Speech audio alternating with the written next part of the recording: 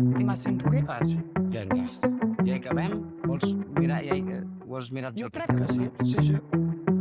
Benvinguts i benvingudes a Globs Històries, un espai on descobrim el món del vi a través d'històries personals, converses sinceres i molta passió. Sigues enòleg, sommelier o simplement un apassionat del vi. Aquest és el teu lloc. Jo soc Miquel Vins i avui us porto una conversa d'aquelles que combinen tradició, germanor i aire fresc. Avui parlem amb dos germans d'una família que ha dedicat 5 generacions a la terra, els Ferrer de Mas Vicenç, un celler situat a Cabra del Camp, que és on estem, a l'Alt Camp. En Vicenç, l'enòleg, va començar a embotellar els primers vins del Mas el 2005, després de formar-se al Priorat i França. I en Xavier, amb els estudis empresarials i sommeliers, lidera l'etnoturisme i la comunicació. Avui parlem de com és treballar en família, d'idees boges, de vins i de com fer que un projecte clàssic soni molt actual. Som-hi! Bona tarda! Bona tarda, Miquel. Bona tarda. Pels que ens estigueu veient, no estem avui al restaurant, perquè normalment estem gravant al restaurant o Cortijo. On estem?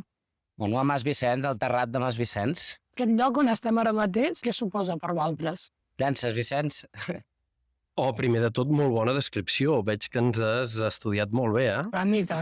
Però la definició és més ben feta que la que faríem nosaltres, crec. Aquest lloc ens inspira. Aquest lloc és el Terrat. Terrat és el vi de primavera i estiu.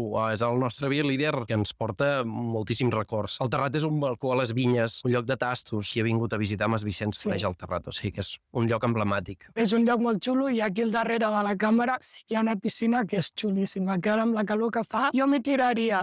Abans de preguntar-vos més coses, he portat un vi per vosaltres per tastar-lo cegues. Durant l'entrevista el podeu anar tastant i després ja al final ja desvetllarem quin és. M'haureu de dir a veure quina idea teniu. Hi ha alguna pista per aquí? A veure si sort.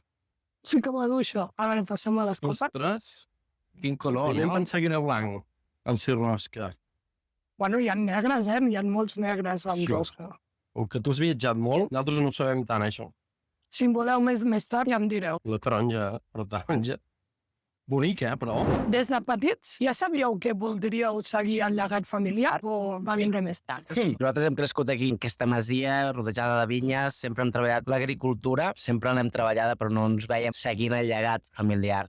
Tampoc hi pensàvem molt, no? Jo realment va ser el Vicenç que es va introduir dins el món del vi, amb aquest pas a la zona de Côte-du-Rhône i després liderant un celler al Priorat. Sí. El fet d'introduir-se ell en el món del vi va ser quan ens hi vam abocar i vam apostar pel projecte familiar de les vinyes de casa. Clar, tu vas seguir els passos d'ell. Sí, clar. O sigui, a casa jo sóc més jove que el Vicenç, jo vaig estudiar, com bé has dit abans, empresarials, no tenia ni idea cap a quin camí agafar, però en pica es comença el projecte aquí a casa, ja la ment se'n va cap a treballar cap a casa, clar que sí. Jo em pensava que no seguiria. Fer de pagès és dur. Vés a treure pedres. Anem a treure pedres al mes de juny. Aneu a treure herbes, violins... Amb la calor que fa i... Els companys a la piscina, no? Però va ser que vaig caure en un tren i vaig anar a estudiar falset i d'allí em va apassionar moltíssim trobar aromes en una copa de vi, tot el que és l'art de saber degustar i d'educar el paladar és el que em va apassionar més i d'aquí que fa 20 anys que fem vi. Ostres, sí. Vau marxar els dos a l'estranger. Què creieu que us va portar l'experiència del viatjar fora? Primerament, sortir del rovell de l'ou, que és molt important, conèixer una cultura nova, en el meu cas Anglaterra, en el seu cas França, aprendre un idioma, una forma de pensar, una forma de veure, de menjar diferent. Jo penso que hauria de ser una assignatura obligatòria de tothom, poder marxar a buscar-se la vida, en el nostre cas, perquè tant tu com jo vam anar a treballar, vam anar a pencar, no vam anar de vacances, i això ens va curtir molt, i llavors, doncs, també, a nivell personal, que més vaig aprendre de la meva etapa a Liverpool va ser que jo volia tornar a casa. Ostres, i això? Sí, doncs perquè aquí tenim no només el clima ens dona unes verdures, ens dona un menjar, una gastronomia, una cultura d'estar al carrer, a les terrasses, Allà a partir de les 6 està tot tancat. Exacte, la gent es tanca els pubs perquè no hi ha res més a fer, no? Sí, Llavors, vivim un lloc molt privilegiat i quan viatges pel món és quan més te n'adones. Sí. En el meu cas, sobretot, l'experiència d'anar sol. Si vas sol, ningú t'ajuda, t'has de fer una idea personal d'aprendre un idioma. O sigui, no parles ni una paraula, no parlava ni una paraula de francès i me'n vaig anar a França 10 mesos. Ostres. T'espavila molt, això t'enriqueix. Has d'aprendre sí o sí. Vaig anar a França sapiguent que després havia de dirigir un projecte al Priorat. Per molt que et formis a una universitat, quan arriba l'hora de dirigir un projecte o de treballar, No és el mateix, no?, Clar. de posar-ho en pràctica, i llavors allò va ser un final de carrera, no? Sí, sí, sí. Vale, Vicenç, tu el 2005, com he dit, vas decidir de començar a embotellar vi. En quin moment ho vas decidir? Què se't va passar pel cap de dir, comencem a embotellar? Teníem una inquietud. El nostre pare tenia vinyes. Quan estudiava falset vaig voler ja plantar algunes varietats que al mercat eren molt fashion, com el Cabernet Sauvignon o com el Chardonnay, no? També veies que hi havia molt la tertúlia de transportar-ho a la cooperativa, els baixos preus i tot això. Llavors, va ser entre la passió i l'obligació de fer el teu propi vi. A part, teníem tots uns magatzems a casa, era com, ho tenim tot, ens hem de llançar a la piscina. Tenia 20 anys, tenia l'experiència d'haver fet ja 4 o 5 anys amb Clos Montblanc, a Bellmunt, a la cooperativa Falset, al sud de França, i havent començat el Priorat ja havia treballat amb 4 o 5 cellers. O sigui, mai havia pensat en el risc, i ens vam llançar, vam comprar 4 dipòsits i vam adornar les sales, o sigui, adaptar-les, i així va ser. Què va pensar la vostra família en la teva idea d'això? El Vicenç és tot passió i llavors aquesta il·lusió es va transmetre i els pares, aquí l'altre element important, òbviament, uns pares valents, no?, que diuen, vinga, endavant. Vale. Si no haguessin sigut valents i atrevits i no haguessin sigut ells els que van posar la primera pedra, no estaríem aquí avui. Miquel, els van deixar portar per la il·lusió del Vicenç i perquè, bueno, es van voler mullar, no? Aquí el preu del raïm, bueno, estem doncs, sempre amb aquesta contínua lluita per tenir uns preus dignes. Parlem de fa 20 anys enrere, ara doncs, estem en la mateixa situació. Has de créixer molt en producció, en extensió, llavors era també per casa, pels pares, doncs una manera de donar valor a aquest treball al camp. T'hi has de llançar i a partir d'aquí tots remar a la mateixa direcció i fins avui. Ostres, Sí. a vegades costa, els pares sempre són molt escèptics i tot això, però, ostres, en aquest cas dius que són valents, no? Van ser molt valents, però a la mateixa vegada prudents, no? Perquè el Vicenç li deien, ens llancem, t'ajudem amb el que convingui, però no deixis la feina al Priorat. És a dir, estàs aprenent molt, Clar. tens una feina molt bona, ets molt jove, t'ajudarem amb el que convingui, però amb els peus a terra, no? Clar. És a dir, molt poquet a poquet, de caps de setmana anem fent, i cada any una mica més i millor. Bueno, han anat així, no? Sense la seva valentia no estaríem aquí, no? Sí, sí, sí. Com, bueno, que és una pregunta que segurament us ho ha fet moltíssima gent. Com és treballar entre germans? Bé, quan aconsegueixes objectius els celebres, quan hi ha crisis t'esbatusses, no? O sigui, hi ha molta més confiança que potser amb un soci extern. Els 4 socis som els de casa, però estudiar també ens va fer aprendre que cadascú pugui liderar un departament o una línia. Llavors nosaltres ens ho hem dividit molt Molt estricte, ja. molt estrictament. Sabeu quines fronteres hi ha, no? Molt categoritzat. Llavors el Xavier porta comercialització, comunicació i venda, i jo en aquest cas porto la part tècnica d'elaboració i la part de vinya, juntament amb el meu pare, i la nostra mare porta l'administració. Al final nosaltres estem ja portant totes aquestes fases, i sí que cada dilluns doncs, ens trobem per alinear comercialització amb la part tècnica i saber i dirigir un camí, no? Entre tots portem l'enoturisme. He tingut mai alguna baralla heavy? O sigui, clar, és que entre germans, jo també treballo amb el meu germà i a vegades pot ser que hi hagi algun rifirrafe. Però heu tingut mai alguna baralla allò heavy que no us heu parlat en una setmana, per exemple? No, mai, sempre al cap de 5 minuts ja raona o ho refredes i tens el punt calent, després ho refredes i al cap de migdia doncs ho tornes a parlar i dius, vale, veus allò que havíem dit, doncs això. I a vegades són petits detalls, Quan tens les línies molt clares i l'objectiu l'hem decidit entre els dos, a vegades són petits detalls que potser t'estàs criticant que al final sempre arribem a un acord. Claro. No és així? Bueno, no sé. No hi ha un germà igual al món, de vegades els pensaments poden anar en direccions diferents, però també tot és una relació que, òbviament, tot ha anat madurant i, bueno, també forma part, no?, al final d'una relació amb una persona, amb una parella, amb uns pares. Com bé deia el Vicenç, doncs és molt important doncs, que cadascú tingui la seva part dins l'empresa i després doncs, saber gestionar totes aquestes petites decisions, perquè al final en un celler potser no es veu, no?, o qualsevol empresa, però està plena de mini decisions, no? I llavors és sempre doncs, saber escoltar i trobar aquest equilibri que al final sempre acabes trobant, no? Jo crec que caràcters i talents diferents sumen, perquè un germà és la paciència, és l'excel·lència, és arribar a definició, i jo sóc més la practicitat, la rapidesa, La creativitat. bueno, i sóc la impulsivitat, no? Ell és més de pensar-ho... Ell me diu, on vas tan ràpid? I jo dic, on vas tan lent? I llavors ens arribem, si les coses han de tardar ni un dia ni tres, amb 2 ha durat, no? O sigui que... Hi ha una sinergia, no? Sí. Després et tires els plats pel cap, però ara que ho reunirem també és una forma de veure-ho. Clar, és bonic. Vale, em mola molt l'enoturisme que feu, està guapíssim, molta gent us coneix per això. Com va ser la reacció un altre cop de la vostra família quan vau dir de voler fer coses més creatives i menys tradicionals? Perquè la gent d'aquí, de Catalunya, són molt tradicionals i la gent més gran doncs, li costa veure les noves tendències i tot això. Com ho van prendre?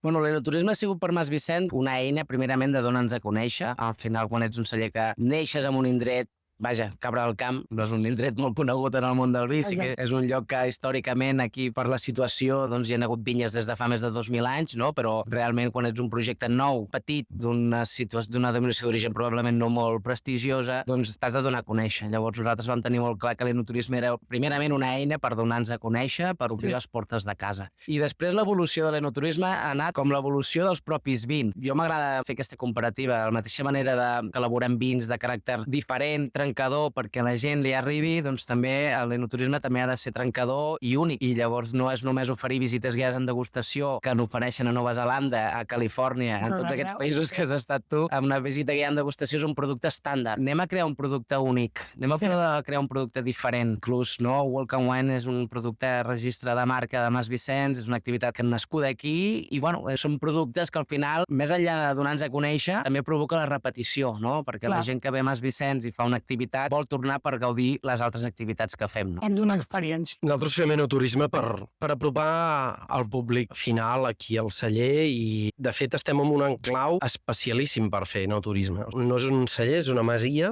convertida en celler, tradicional catalana, amb el seu pati interior, amb la seva terrassa on estem ara, 40 hectàrees a l'entorn. Tenim tots els elements per fer enoturisme, menys el restaurant, que no ho volen ser, que tenim molts restaurants al costat, on també treballen el nostre vi i on els enviarem sempre gent. Sí que estem a Cabra, però al final és el nostre objectiu que la gent pugui arribar a Cabra del Camp. I per això els hi posem una catifa vermella. I hi ha molta gent que us ha dit com a l'hora de començar què fan aquests bojos, us ha passat mai? Sí, la gent del poble pensa que on van aquests germans, no?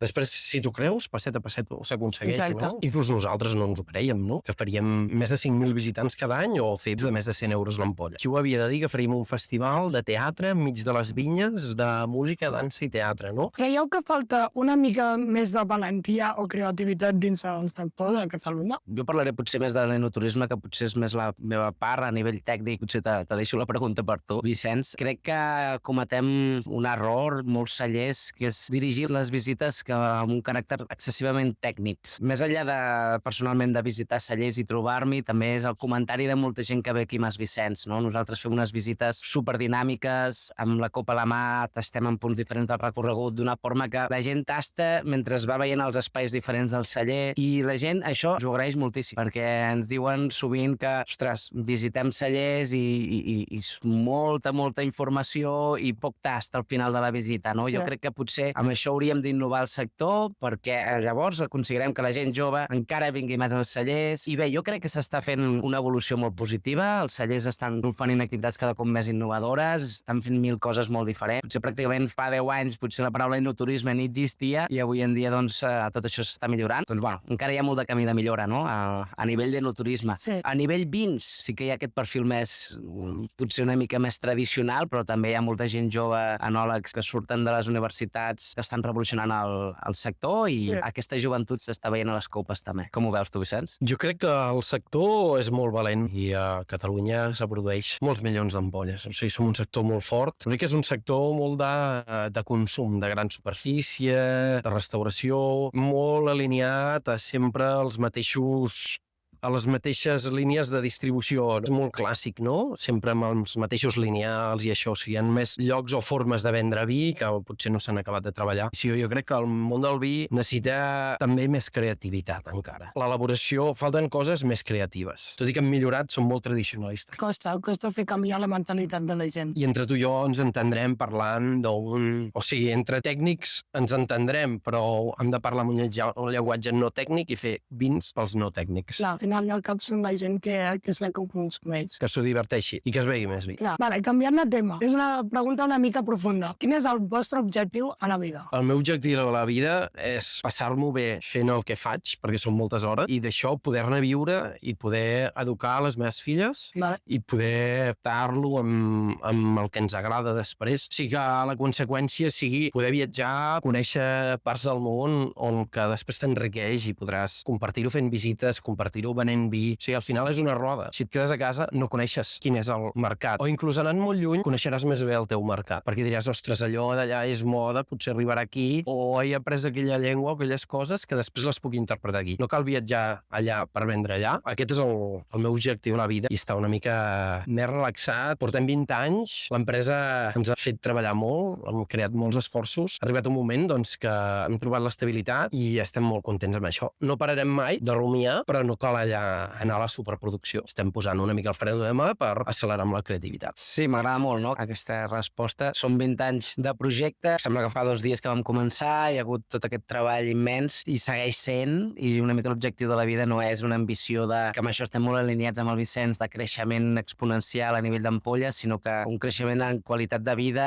en equilibri familiar, en temps per a aquesta creativitat. Avui comentàvem, no?, i, ostres, tenim les vinyes, anem per davant de la feina, no?, tot i haver sigut una primavera molt plujosa, exigent, dona gust, no?, tenir la feina molt ben controlada. Això és el que volem. Volem controlar tot molt bé, de l'origen, del raïm, no?, del cep fins a la copa, i gaudir d'aquesta, entre cometes, calma, no? Llavors, jo crec que la vida és no només treball, és també plaer, família, temps lliure, viatjar i gaudir de les altres coses que ens ofereix, no? Qualitat de vi, no? Això és un bon lema, sí. Ens el podem memoritzar. O sigui, al final, si tens una qualitat de vida, tens temps per pensar i llavors la conseqüència és poder treure una qualitat de vi. Si vas empalmat amb l'aigua al coll, no tens temps per arribar i llavors hi ha coses que s'escapen, no? Si tinguéssiu diners il·limitats, quina animalada us agradaria fer amb el Vicenç? Jo crec que els diners no ho és tot. Per sort, ho tenim tot. No fan falta... Sembla molt sobrat, no? Però quan tens unes vinyes que rendeixen, vinyes molt velles, vinyes molt joves i ben portades, tenim l'estabilitat, tenim el mercat, el que a vegades falta és trobar els moments per celebrar i aquesta calma, no? Estem en equilibri. Ostres. Home, convidar els Rolling Stones aquí a fer un concert aquí, petit comitè... No, això és... Això ho petjaria. Això, bueno, realment és una pregunta que no penses, no? Perquè al final els diners no és la felicitat, sinó que simplement poder seguir gaudint d'aquest trajecte i amb aquesta pau interior. Ja està. Molt bones respostes. Home, com que ho has dit tan ràpid, no ho hem pensat mai, no? Jo què sé, potser podríem fer fly and wine i comprar 5 avionetes, sortir des d'aquí i portar els més VIPs i llavors vendre vi en lloc de 100, un boli de 500. Tot és equiparable, no? Però com que no ha caigut, no ens ha tocat la loteria els diners, doncs no hi havíem pensat mai. Però igual faríeu alguna cosa així? Perquè és prepares aquí dalt un aeroport i fes curs des de dalt i fas una copa de cava del cel. Home, això és una bona idea. No sé si en algun lloc ho fan, no de avionetes, sinó de globus. No sé si en algun lloc... Ah, sí, anar a Valley Wavings, però sí, és una molt bona idea. Vale, top 3 vins que heu tastat mai. Top 3 vins. Bueno, jo... A veure, honestament, al curs de sommelier aquí a la Rovira i Virgili vam tastar meravelles. Jo recordo algun Borgonya especial. Al final jo no acostumo a memoritzar aquella marca en concret, memoritzo més el moment. Sí que sóc amant de tenir algunes ampolles, d'obrir algunes ampolles molt especials, però tampoc mai m'he gastat gaires diners amb ampolles molt cares, igual que mai he anat a restaurants molt, molt cars, perquè valoro més el moment i la companyia en què obres una ampolla de vi. Llavors no et sabria dir. No m'agrada tampoc parlar de vins francesos, perquè aquí hi ha grans productes, alguns caves reserves que tens en ment, algun priorat, doncs també, no? Però tampoc me llançaré a dir alguna marca, perquè al final no m'agrada, no vull ser marquista amb aquest tema i valoro més aquests petits moments que he gaudit i ja està. Per mi, el vi que m'ha fet créixer més als últims temps, o sigui, si fa 25 anys que em dedico al món del vi, és difícil que algú te la faci trampa. Però vaig visitar un celler que jo crec que hauria de tindre molt prestigi, hauria d'estar al top d'Espanya i no es coneix. Jo crec que passa alguna cosa. És un celler molt amagat, inclús sota terra. Es diu Gutiérrez de la Vega. I el senyor Gutiérrez de la Vega és un apassionat, és un home de 80 anys que se li hauria de fer un monument. Fa uns vins de moscatells i monestrells dolços, especialment. Fa uns castadiva. No, el castadiva, no sé si és castadiva. Bueno, fa uns vins dolços de moscatell que ha sigut com un somni conèixer això, no? Això on és? A Alacant, a la serra Serra de la Marina, a prop de Pedreguer, Vale. però per mi ha sigut una cosa espectacular, tio. Sí? Un senyor, un pou de coneixement i uns vins increïbles. Això em va fer també donar més ales al nostre projecte i dir, Vale. ostres, Mas Vicenç, la meva experiència al Priorat m'ha donat profunditat, conèixer uns vins hiperconcentrats i hipercomplexes quan elaborava vins de costers de la Vilella Alta. Sí, fent vins de carinyenes molt antigues Sí. i llavors em vaig enamorar del vi de la Creu Alta, no? Vale. De Masalt. Potser en top 3 pot ser una mescla on realment m'he divertit molt, he flipat, és fent creativitats aquí a casa, no? Vale. En veritats com la malvasia macerada, enfonsada en el mar, Sí. doncs amb aromes de pètals de rosa i de taronja sanguina, coses que en un vi mai havia captat i que m'han fet al·lucinar. O crear un moscatell amb aromes de mango, litxi i préssec, com és el vi del vent. Però si ens hi fixem, tot acaba sent vins oxidatius o vins dolços. Bueno, en aquest cas també hi ha la Vilella Alta amb carinyenes molt antigues. Llavors, tu creus que ara el top 3 teu, un dels vostres vins estaria allà? Sí, Molt bé. No, perquè- al costat del d'Alacant, del Priorat, no me'n recordo quin. Masalt de Creu Alta, per exemple, o Basseta, sí. Doncs allà ficaries un dels teus dolços. Sí, Vale. perquè no t'ho imagines mai el que pots fer i et surten coses Clar. en fermentació que són abstractes i fora dels teus Ja, coneixements vitivinícoles, en sec te surt, pum, i dius, ostres, Sí, què és això? I estàs al·lucinant amb el teu propi vi, no? clar, sí. Que és una cosa molt bonica, és el que ens porta passió i continuïtat. I ara que penso, el vostre vi, que jo crec que és emblemàtic del vostre senyor, és el vi del vent, Sí. que moltíssima gent el coneix i us coneix per això, no? Sí, el moscatell de gra petit sempre m'ha apassionat. Tenim 5 hectàrees, que no és poc. Veia el futur aquí al Camp de Tarragona, al Mediterrani. És una varietat així molt aromàtica, polivalent, per fer vins dolços i secs. Nosaltres hi hem apostat i estem molt contents. Jo crec que en el mercat pensava que creixeria més. No ha sigut així, però és igual. Nosaltres som independents i reivindiquem el que fem. Sí. Vale, alguna mania que tinguéssiu, o que tingueu altres, o cosa que us molesti del sector? Ostres, són preguntes punxants, No sé. Sí, nosaltres, la part privada, som un motor motor que no pot parar, necessites per comprar, necessites vendre i necessites cobrar, i és un motor que necessites que no pari, amb molt d'esforç. Sí. Part privada. Part pública, facis el que facis, cobraràs a final de mes. Llavors, la part pública és necessària per un control, però el sector privat va 5 vegades més ràpid i necessita que la cadena vagi ingressada perquè el motor no pari. El sector públic va molt més lent Sí. i en comptes d'engreixar la cadena hi posa algun pal. I ho dic des d'una informació, o sigui, des d'haver-hi treballat, des d'haver sigut president d'una DO i veient Clar. com està el sector, no? Vale. Això és una cosa doncs, que fa molta llàstima i ja està, que nosaltres som independents, anem a la nostra velocitat i això ens dona també llibertat.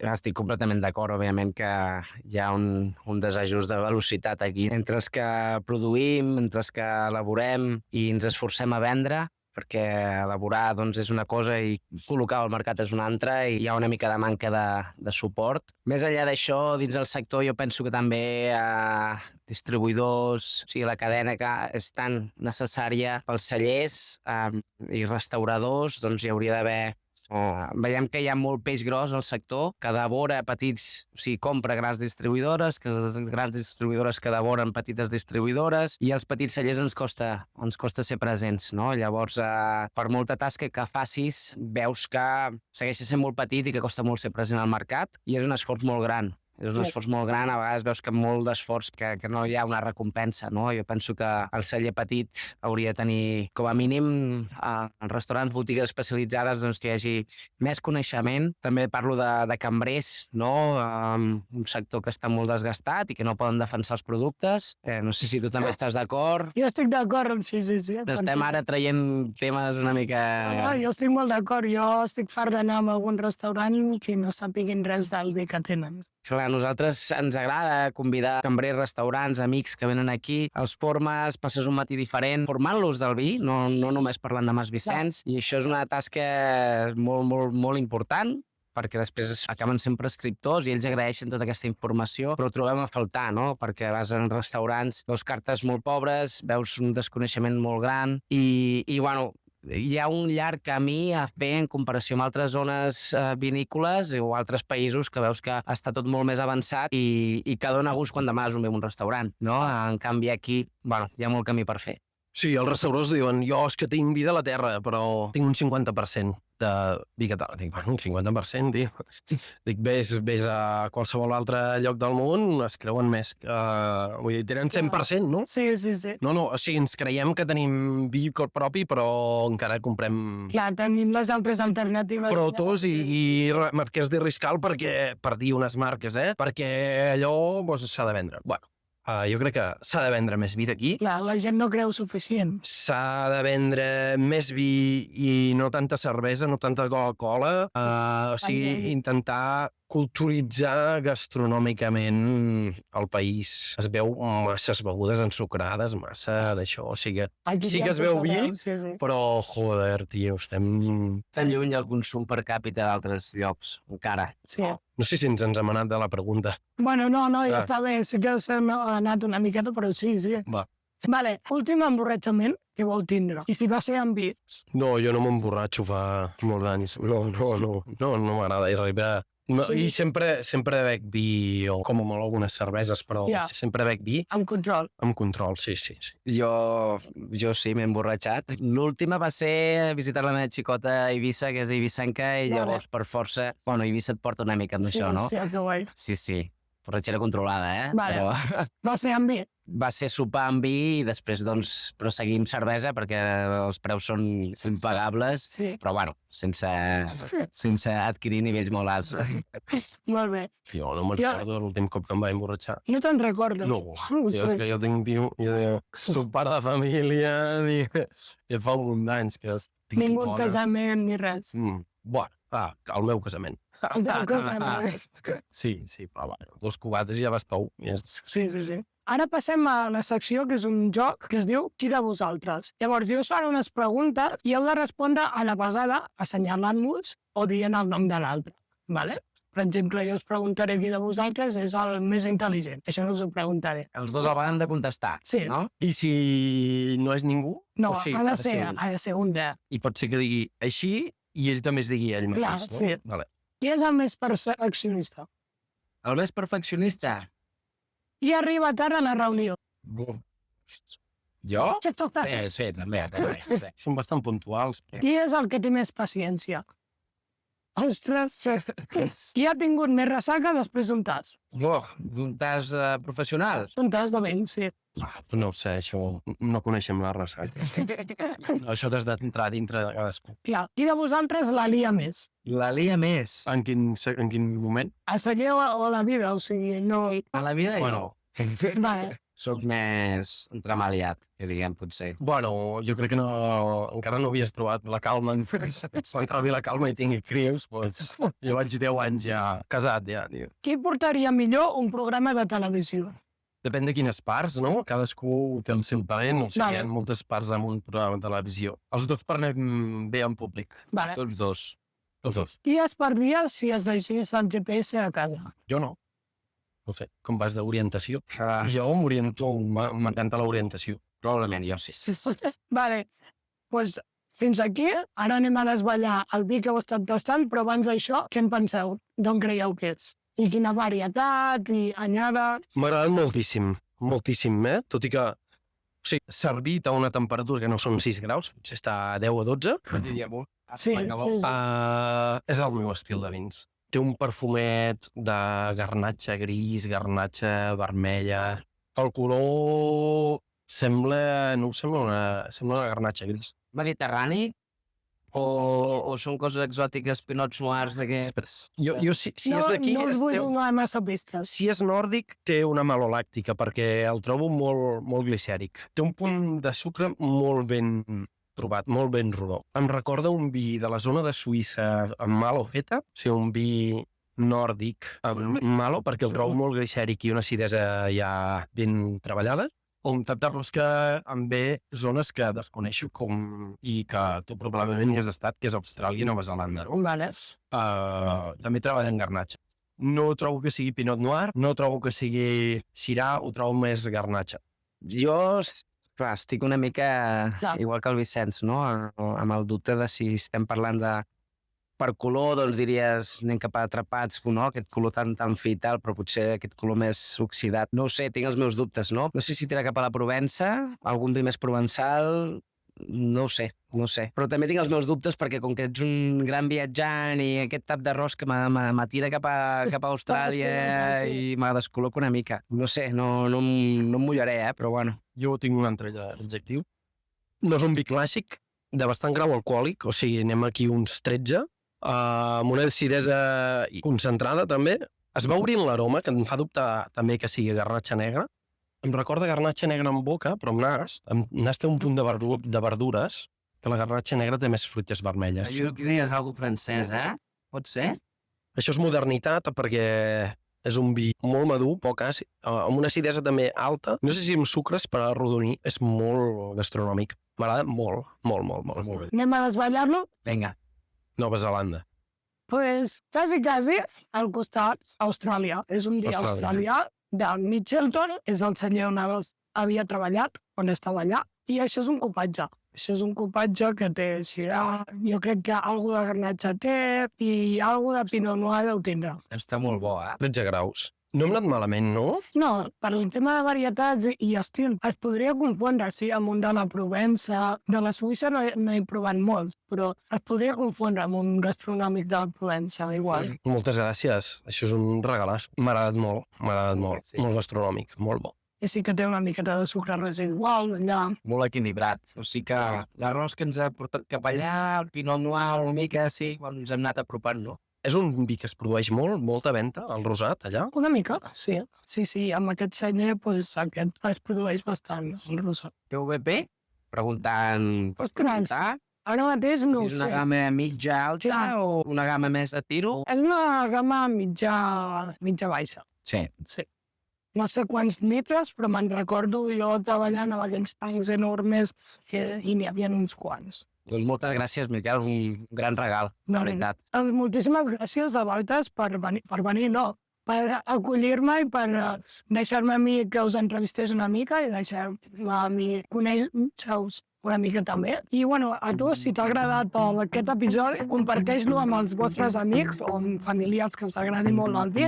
I recorda, seguiu-me a mi, Miquel Vins, us ho deixo per aquí, per més històries i món del vi. I no et perdis tot el que fan els Ferrer amb el Vicenç, que també us ho deixo aquí, vins, experiència i un ADN familiar que emociona. Fins al proper capítol de Globs Històries, salut i vi. Gràcies, Miquel. Gràcies. T'estàs trobant un gran periodista, tio. Va, està molt bé, hi ha un treball aquí darrere. Treball previ, vol fer ara. Adiós.